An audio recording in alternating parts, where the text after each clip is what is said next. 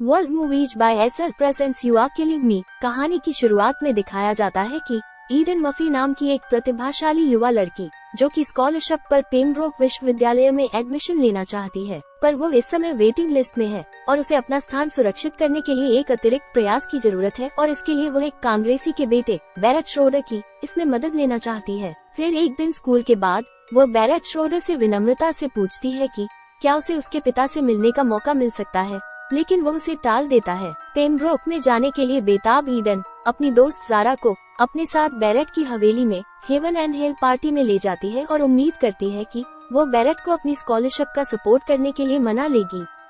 उसके पिता, जिन्हें चलने में कठिनाई होती है और पीठ की सर्जरी की जरूरत है, उन्हें घर के बाहर तक छोड़ देते हैं।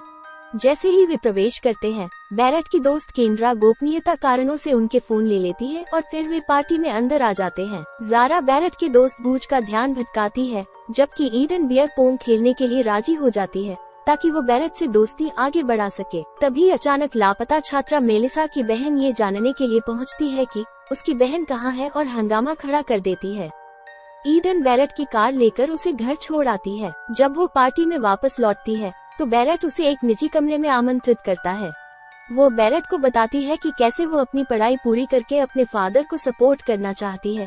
ये सुन बैरेट बहुत प्रभावित होता है और उसे बियर पोंग मैच के लिए आमंत्रित करता है। पर पहले ईडन को नशे में धुत ज़ारा की देखभाल करनी होती है और वो उसे एक कमरे में ले जाकर बिस्तर पर सुला देती है। फिर वापस आकर बियर पोंग मैच जीतने के बाद ईडन ज़ारा को देखने कमरे में जाती है और वहाँ वो गूच को सोई हुई ज़ारा के बिस्तर पर देखती है। वो उसे कमरे से बाहर निकाल देती है और बिस्तर पर पड़ा हुआ उसका फोन उठा लेती है। ईडन गूच के फोन को खोलकर देखती है, उसमें उसे गूच की सोती हुई ज़ारा के साथ सेल्फी दिखाई देती है। जब वो स्क्रॉल करती है तो उसे मेलिसा को परेशान करते हुए बैरेट, केंद्रा और गूच के उस दिन के वीडियो दिखाई देते हैं जिस दिन वो स्कूल से गायब हुई थी। वीडियो में दिखाई दे रहा था कि वो उसे शराब पिलाने की कोशिश कर रहे हैं, लेकिन बैटरी कम होने पर यह वीडियो बंद हो जाता है। गूच घबराहट में सीधे बैरेट और केंद्रा के पास जाता है और वे कमरे के अंदर जाने की कोशिश करते हैं, लेकिन ईडन उन्हें रोक देती है। ईडन उन्हें बताती है कि उसने वीडियो देख लिया है और वो उन्हें अंदर नहीं आने देगी और उन तीनों ने जो किया है वो सबको बता देगी। ये सुनकर बैरेट और केंद्र नीचे जाते हैं और सभी लोगों को घर से बाहर निकल जाने को कहते हैं। ईडन इस अवसर का लाभ उठाकर दूसरे कमरे से फोन चार्जर लेने के लिए जाती है, लेकिन बैरेट उसी समय आकर उसको रोक देता है। ज़ारा जाग जाती है, पर वो अभी भी भ्रमित और नींद में होती है। वो बाथरूम की ओर जाती है जहाँ गूच खिड़की पर थपकी दे रहा होता है। ज़ारा स्थिति से अनजान होकर उसे अंदर आने देती है।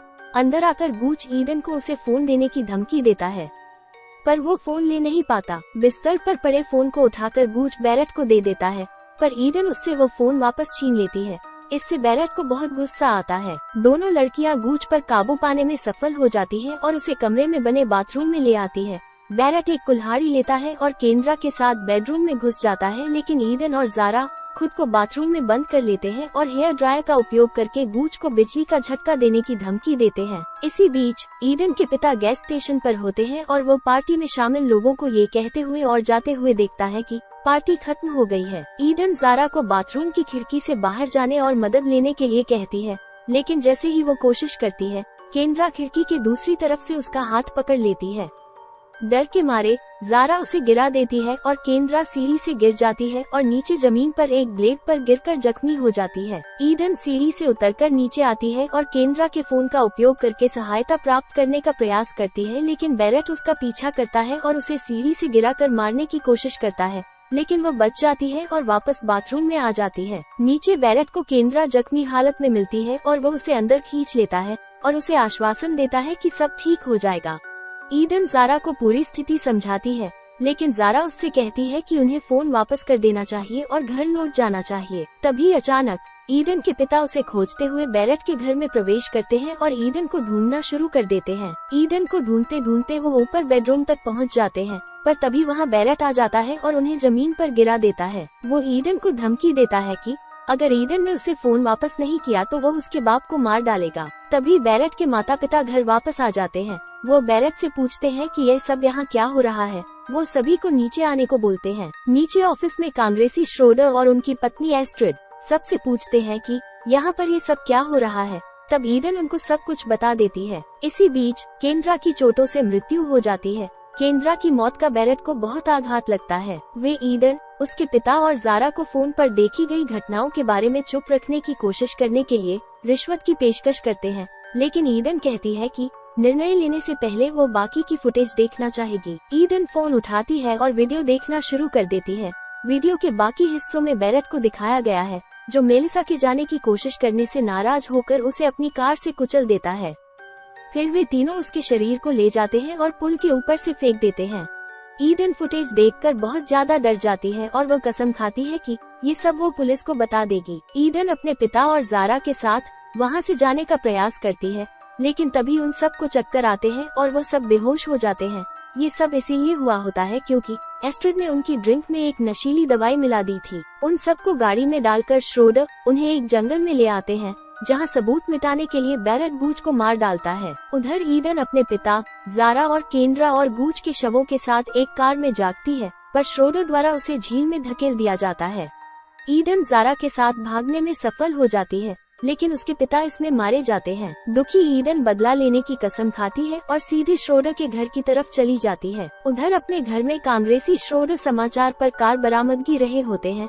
तभी उसे एहसास होता है कि पुलिस को 2 शव कब मिले हैं। तभी ईडन उसके पीछे चुपचाप आती है और उसे कुल्हाड़ी से मार डालती है। इसके बाद ईडन बाथरूम में एस्ट्रिड पर हमला करती है और उसे बाथटब में कट लगवाकर मार डालती है। बैरेट घर आता है और अपने माता पिता को मृत पाता है। फिर वो बंदूक लेकर घर के बाहर जाता है, जहां ईडन उसे कार से कुचलने की कोशिश करती है। फिर वो कार से बाहर निकलती है और बंदूक उठाती है, लेकिन उसे मारने के लिए खुद को तैयार नहीं कर पाती है और रोते हुए फर्श पर गिर जाती है। ये देख गंभीर रूप से घायल बैरेट उठता है और ईडन पर हमला करने वाला ही होता है कि तभी वहां जारा आ जाती है और शॉटगन उठाकर उसके सिर पर जोर से मारती है। फिर बैरेट को वहीं मरने के लिए छोड़कर वो दोनों वहां से चले जाती है।